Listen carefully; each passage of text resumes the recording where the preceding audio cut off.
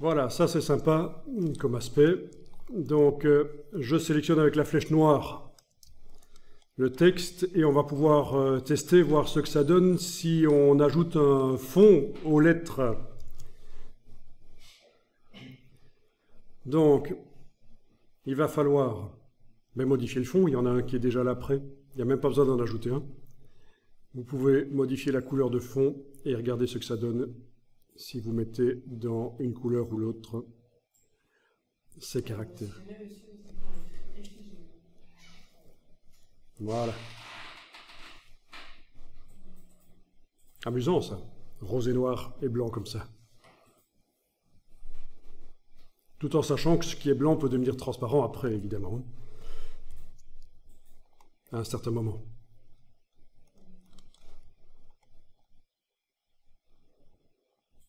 Mais enfin, voilà.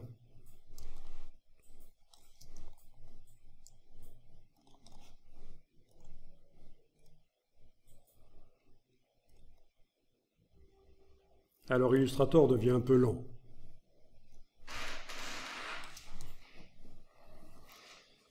C'est pour ça qu'il faut vraiment une bonne carte graphique avec des processeurs qui viennent en renfort du processeur central pour Illustrator, parce qu'à un certain moment, ça peut devenir un peu lent. C'est sûr.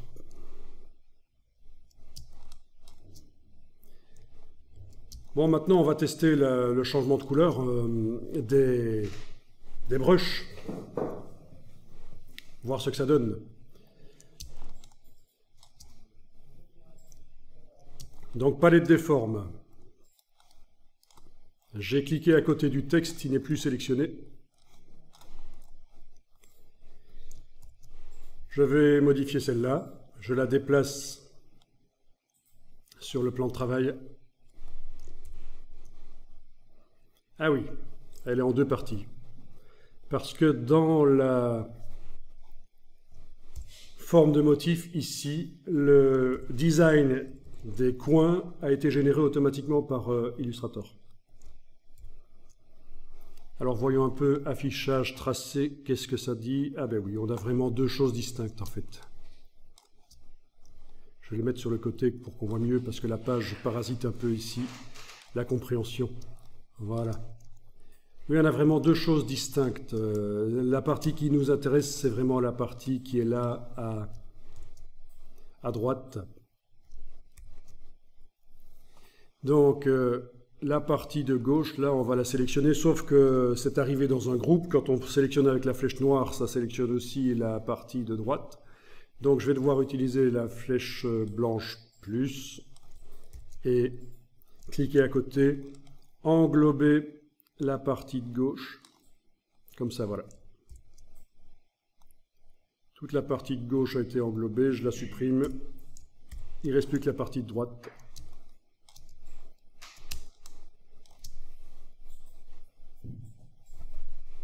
Alors la brush est arrivée avec un rectangle qui n'a aucune couleur de fond et de contour. Ça a été généré automatiquement par Illustrator quand on a créé la brush. Il ne nous sert pas ici, on va le supprimer. Donc toujours avec la flèche blanche plus, je le sélectionne, ce rectangle, touche suppression, voilà, il est supprimé. Je peux repasser en affichage aperçu.